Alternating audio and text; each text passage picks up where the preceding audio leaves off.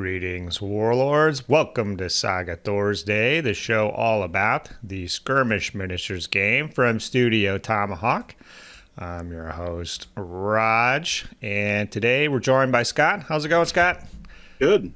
How are you? Yes, I'm excellent. And Scott, he is our Fimbulwinter 2023 champion. How does it feel, my man? Kind of numb. Being at that last table and realizing that I might pull that off between me and Andrew, I was a little numb. Yeah, so Took me a you've while had so many close calls, I want to say, and and at least the close call with me was just pure luck, that I pulled it out. So I think some of them you've just had some bad luck at key times. So I was excited to see you on the top table, and you were bringing some heat to the event. Well, I don't know about that, but something new. You brought the Franks. I brought the Franks. So I've got a little picture of them up here. So these were definitely in the running for the favorite army, and definitely within my top three of all the painted minis at the event. And so how did you decide on the Franks for this event? Well, the packet's been out for months, so being able to kind of drill and figure out of what I have, what's going to work. I really wanted to bring my Sassanids from last year that I painted up for Adepticon. But when we played at the Saga Storm meet in September, and I think I lost 2 out of my 3 games. Okay. And we played those scenarios out of that packet. It made me rethink a lot of that. Yeah. So, there's one scenario outright that is disadvantageous to shooting.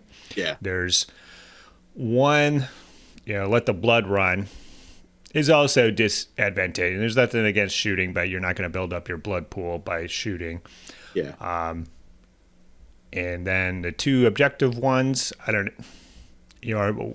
were those against you for the Sassanids too? Maybe because you have mounted troops? Maybe not against, but I think I just started to pivot after September towards just looking at a purely foot build. Mm-hmm. And I had been rolling with the Franks for quite a while. Monty had faced them quite a few times. I would say, 50-50. I could pull off a win here or there. Mm-hmm. They're pretty stable. They got some really decent abilities. Yeah, and it's one of those war bands that if you can start to get a few abilities to pull off, like their orders abilities, with some rares and stuff like that added in there, they're very good. It's a very good board.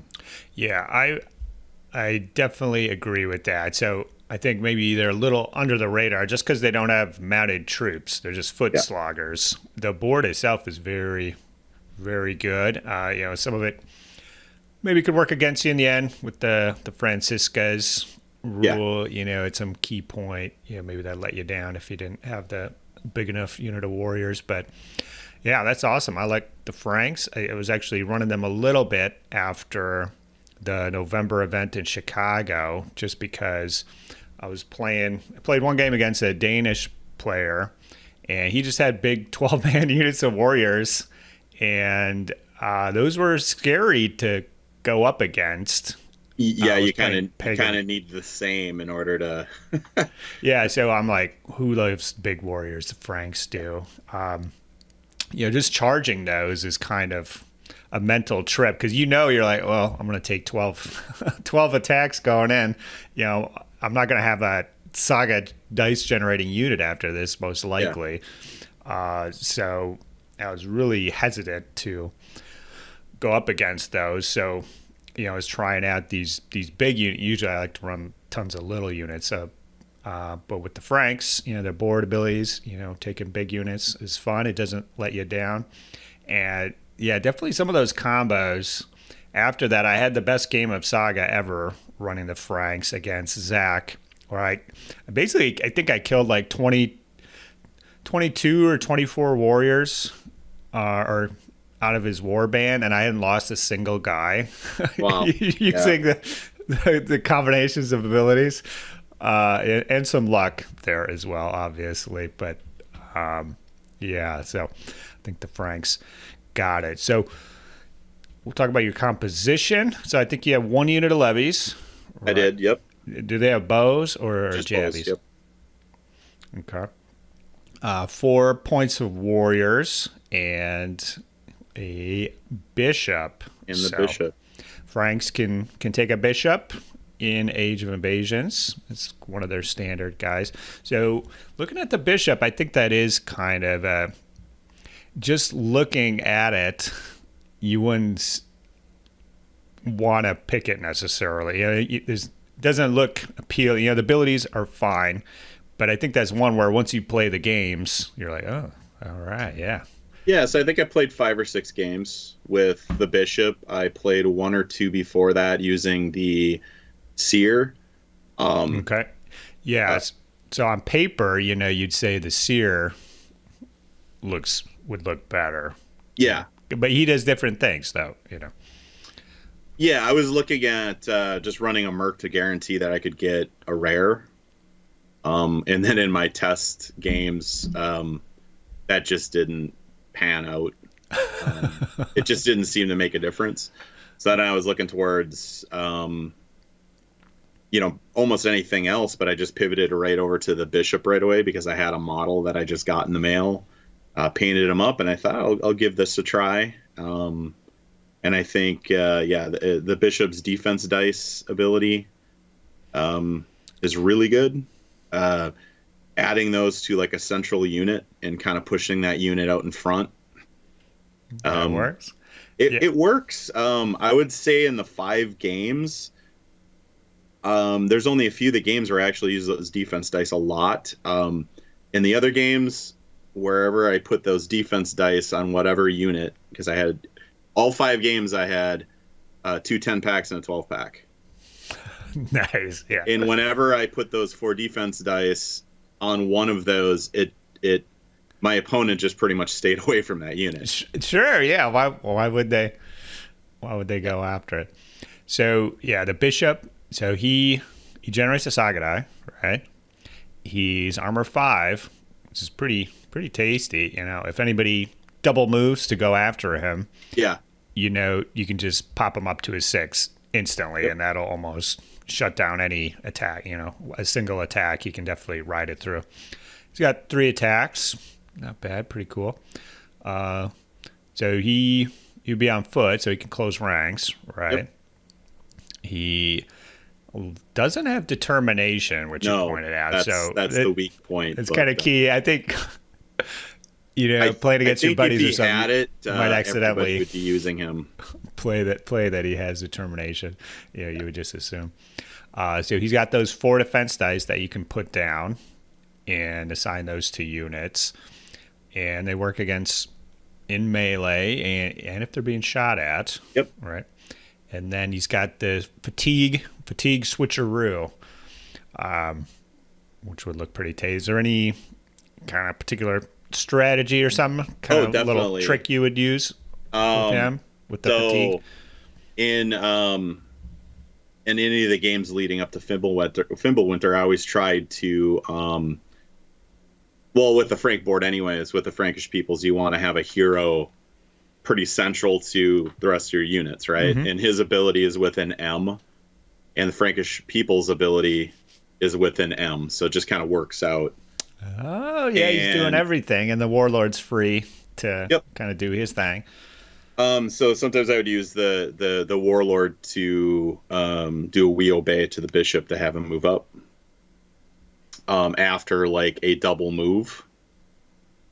And then I never pulled it off during the Fimbulwinter and all those 5 games, but being able to switch a fatigue from 2 enemy units is pretty huge.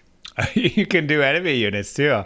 Yeah. Okay. Yeah, I like the sound of that. Now, just using it on my own units, I usually would use it on that central, like 12 pack. Usually it was the 12 pack.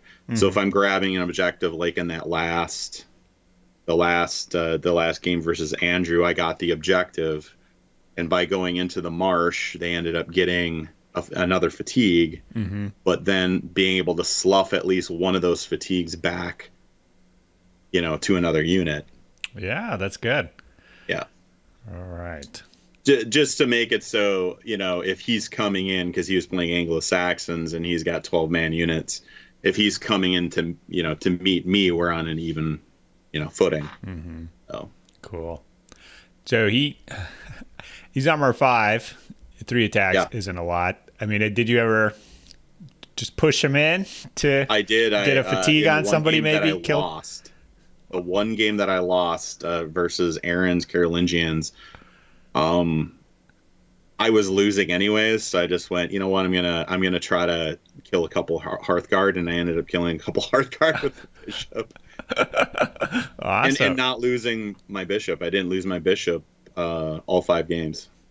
Yeah, that's awesome. So I think he does have bodyguards normally. If he does, I have a little card with all of his stuff on it. Just okay. But yeah, you didn't have any Hearthguards anyway. So no. Didn't come up for you.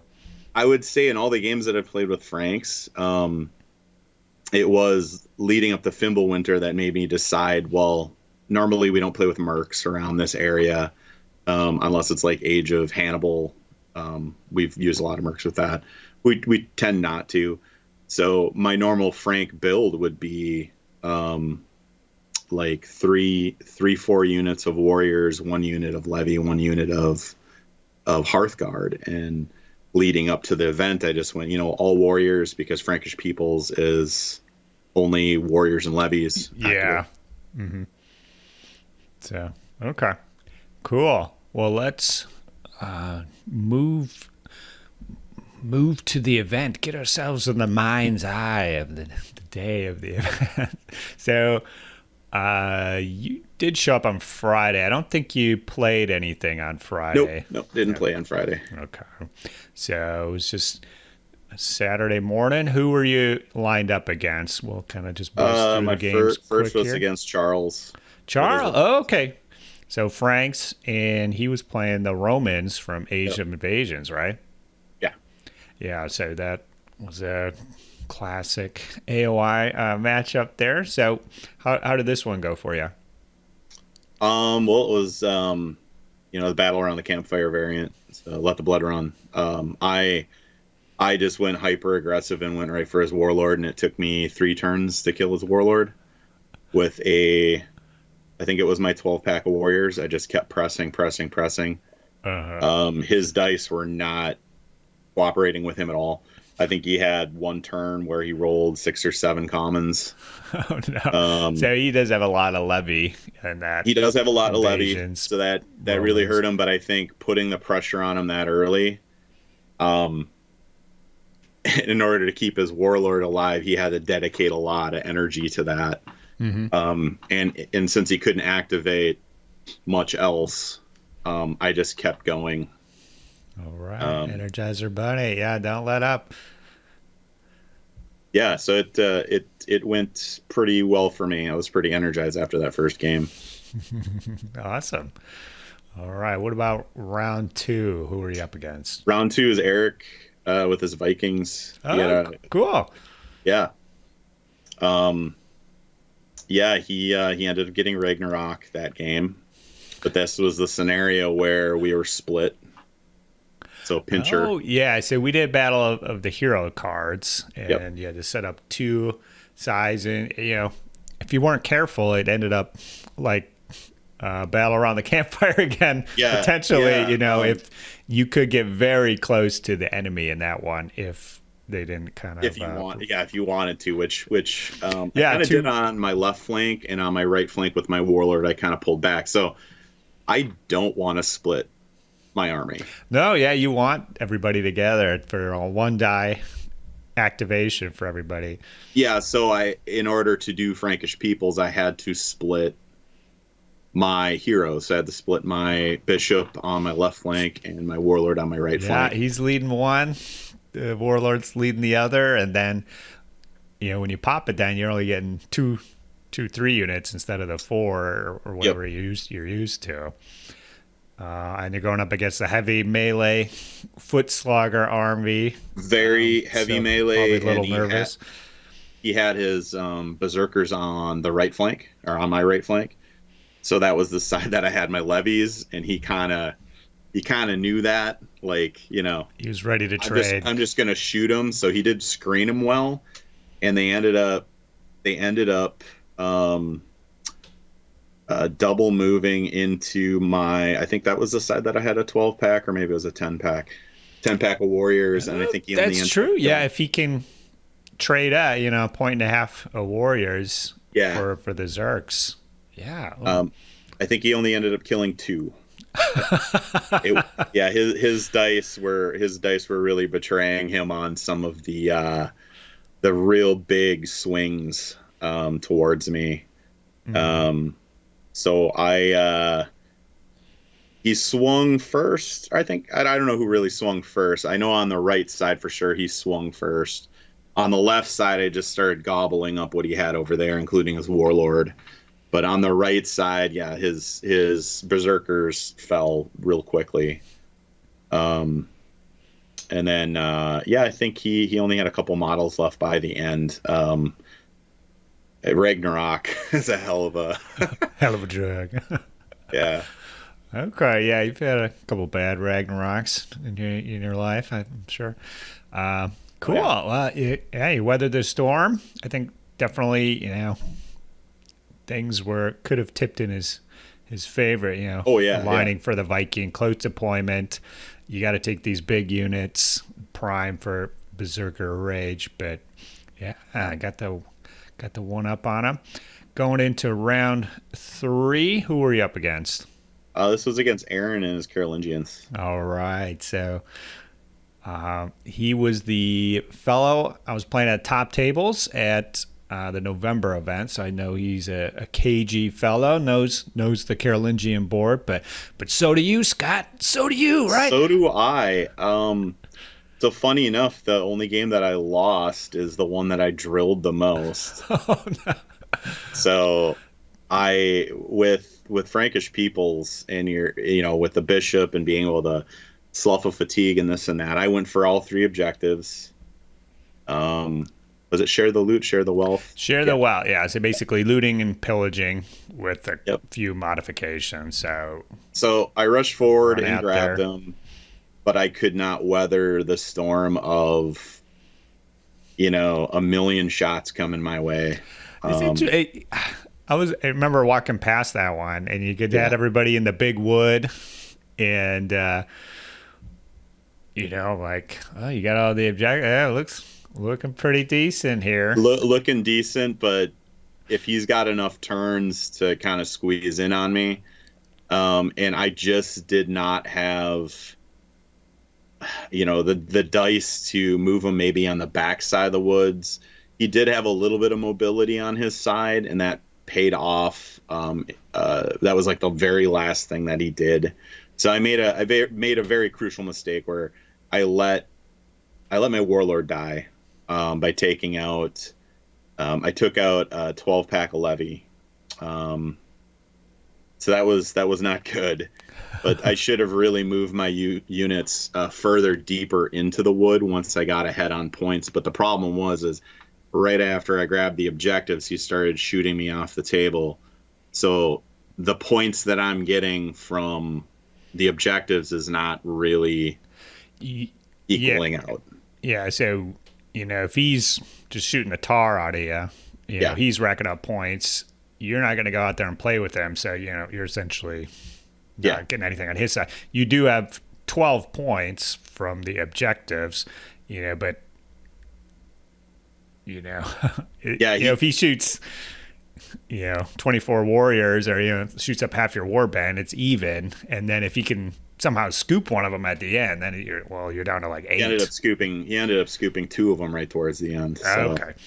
Yeah. So, you would have had to do a total total disengage. Yeah, And just he was rolling so well with the Saga dice. If he's rolling, he filled his Prolium like immediately, and rolling his 5 Saga dice, he would get like the perfect. He would get at least a rare.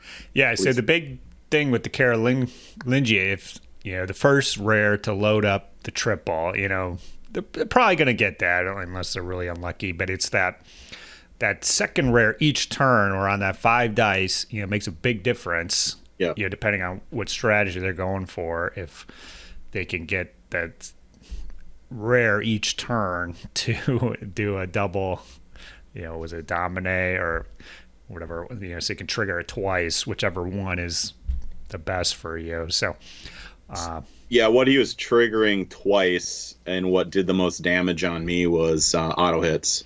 So it doesn't matter if you're in cover. It doesn't matter, there's 4 hits on you. Yeah, so that's nice that he was able to chew through it. I mean, because you got levies and warriors, some more resistant to shooting. You've got the bishop there giving you some defense dice. You're hunkered. Almost everything was in the woods, or a vast majority of it. So you're blocking on 3s, but it's still, the machine He's getting the hits. Machine gun was doing its damage there. All right, so a little bit of a downer at the end of day one. That was a rough game. Yeah, I'm sure it was, because you're like, boom, I got all 3 objectives. I got it in the bag, and then you're like, each turn probably is like, all right, we're sitting pretty good here. If I could just hold out a little bit more, and then you're kind of just slipping closer and closer towards defeat. And then how do you switch gears at that point? If you come out of the woods, you're just kind of playing into. Well, that was my warlord came out of the woods just to try to take a unit to get up ahead on points and get that unit away from the woods. Mm-hmm. But in doing so, he charged my warlord with 4 or 5, I can't even remember, levies, and ended up doing auto hits on my warlord. Yeah, it was the auto hits, man. Yeah. Oh, can't suffer it.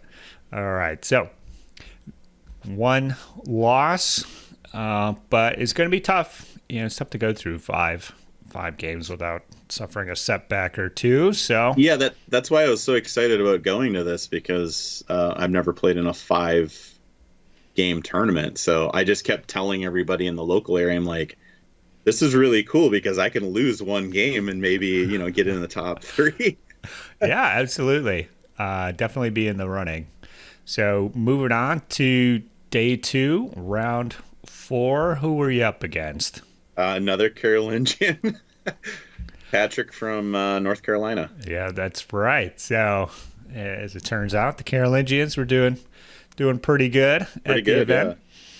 Yeah. And so this one was not share the wealth. I can't remember what the name of it is, but it's diagonal deployment, and anybody shot by shooting counts as being a levy instead of whatever they were. So, for shooting levy doesn't make a difference. For warriors, makes a slight difference, 3 warriors to 2, So by the end, shooting a bunch of warriors, you'll be down a point or 2 from where you should have been. The biggest difference is with the Hearthguard, and, shooting out a warlord is very questionable, because you're going to lose out on a bunch of points there. And then you have to get out of your deployment zone by the end of the game. So, kind of working against a static army. Obviously, the Carolingians like to shoot, so he's going to be down a few points from shooting warriors. But how did this game end up? Well, to his credit, keeping my pool of dead separate between what he shot and what he fought in hand-to-hand combat. What he shot was only maybe 2 points worth, like just a handful of warriors. Everything else he killed, and he did kill a lot, was all hand-to-hand. So Cool. He definitely wasn't resting on the Carolingian machine gun. That was a very tough game. I did put a lot of pressure on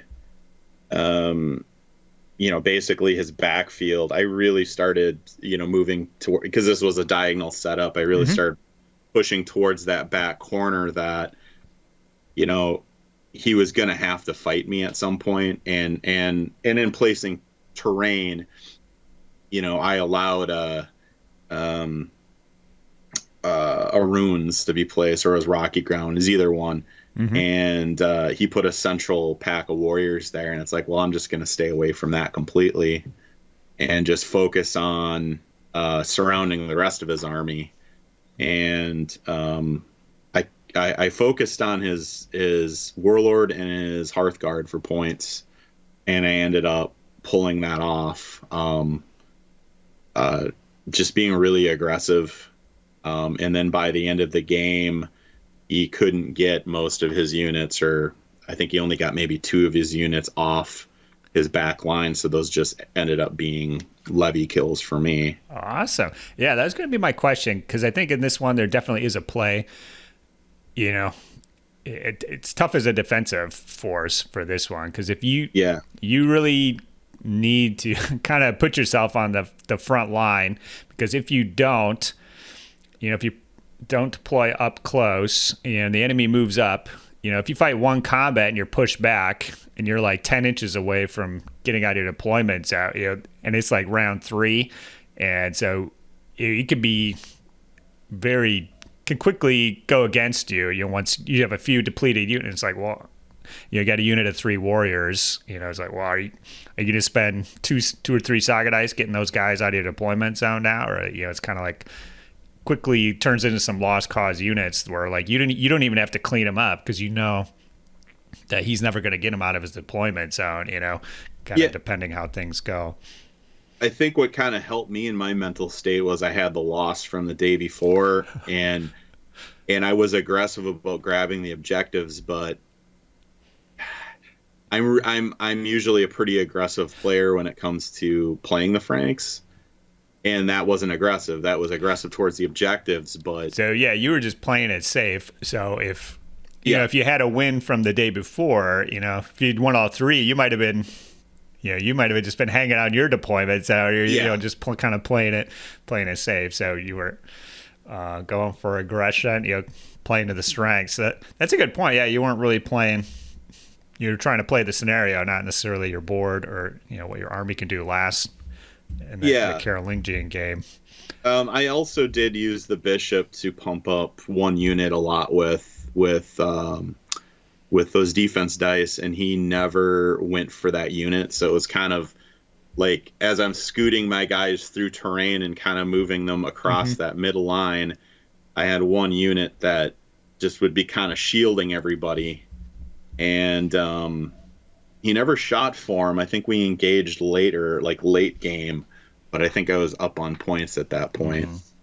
We had a couple really good exchanges. I think he got really unlucky with when I went after his warlord and went after his Hearthguard. I ended up, killing his warlord and killing a few Hearthguard and fatiguing them out. So when it came to his turn, he really couldn't do much back to me.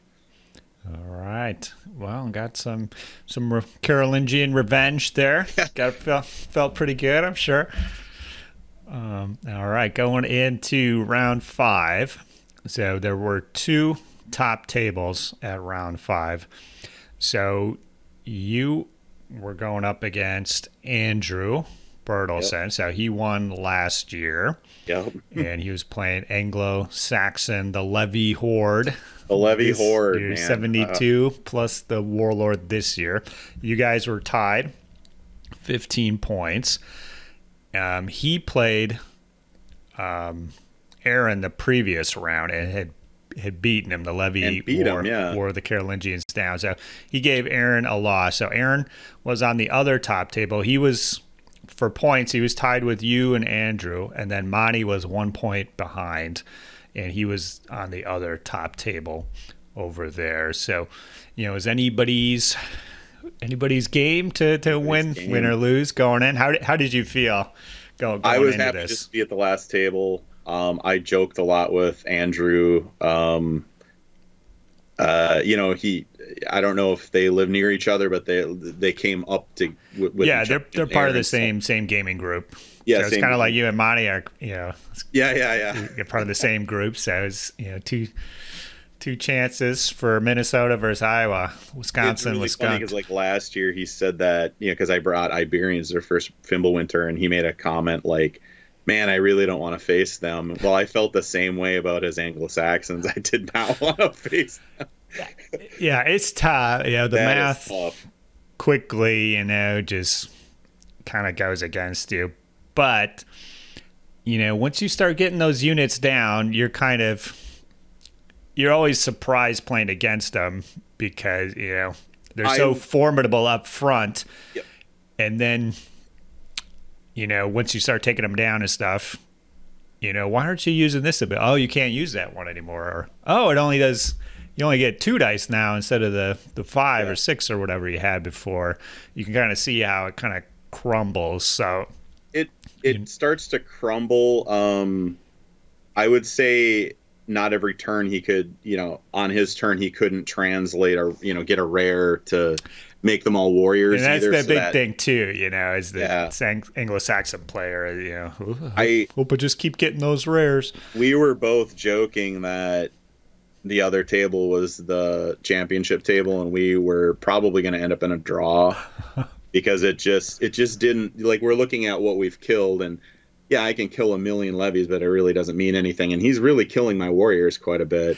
Yeah, every 2 warriors he kill, you're probably killing 3 or 4 levy. You're just kind of smashing heads. Then there is one objective on this one, the Lady of the Lake. So, what did you?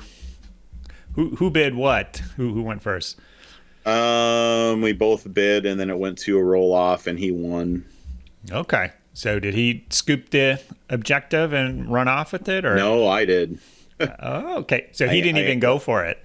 Yeah, I ended up going for it and getting it, and I only got one.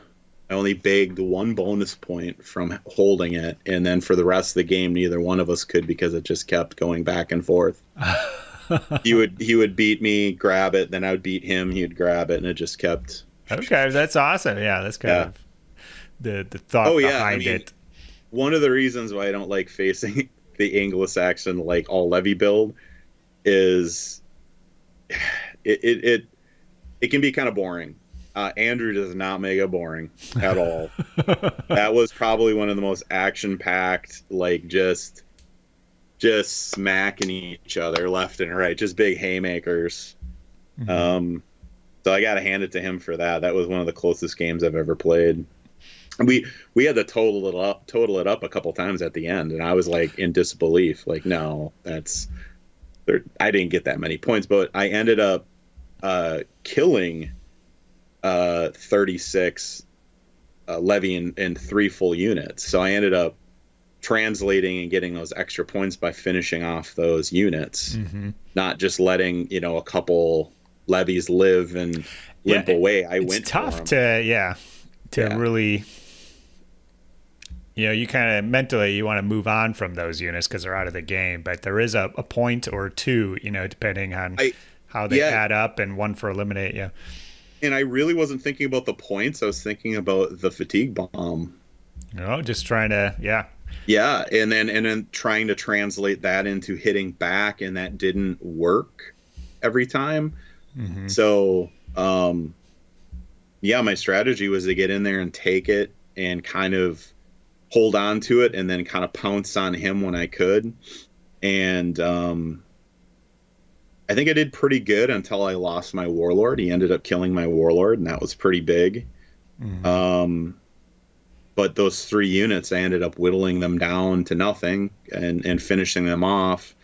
And then he had another unit that was kind of behind his warlord, and I killed a couple extra off of that. So when we scored it up at the end, I scored just enough to win. Yeah. So if I remember the score sheet correctly, it was 21-17 with all the points added in for bidding bonus. And so, if you had just been 20, that would have been a draw. You had to win by 4 solid valid points, and you're able to do it.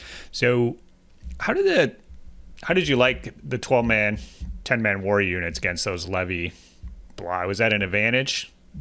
Oh, definitely. He would have, if I was running 8, or if I was running a different warband and running small little units, I think he just would have absorbed me. I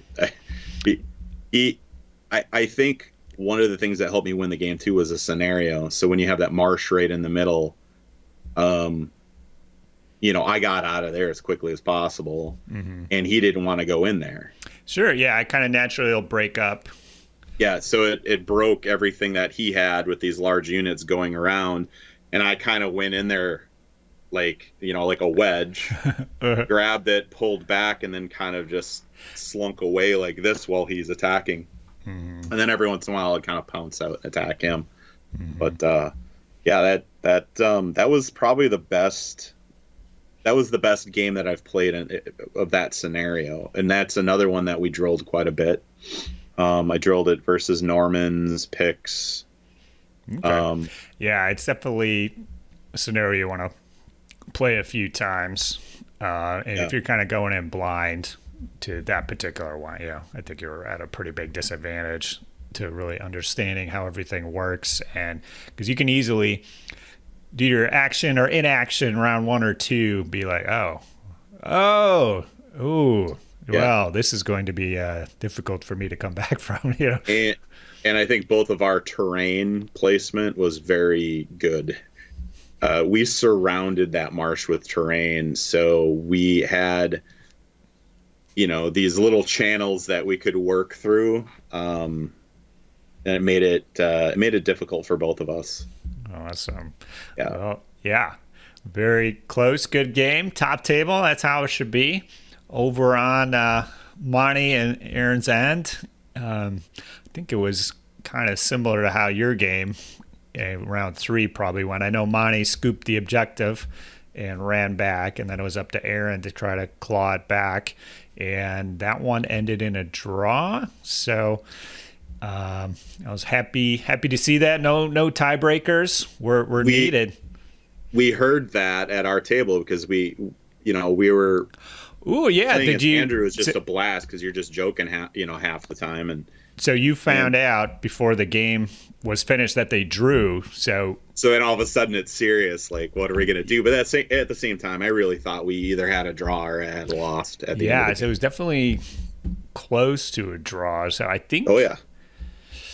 I think Aaron did have the most massacre points. So I would assume so. Yeah. That would have been the tiebreaker. So if you had draft in and got that last point, it probably would have went to him in the end as a tiebreaker. So yeah, well done. Did what you needed to do. Had some tough opponents. Things could have went awry, but you pulled it out, and you were the victor in the end, winning those Fimbulwinter Grand Champion Saga sticks, and the special brew. Have you cracked open the?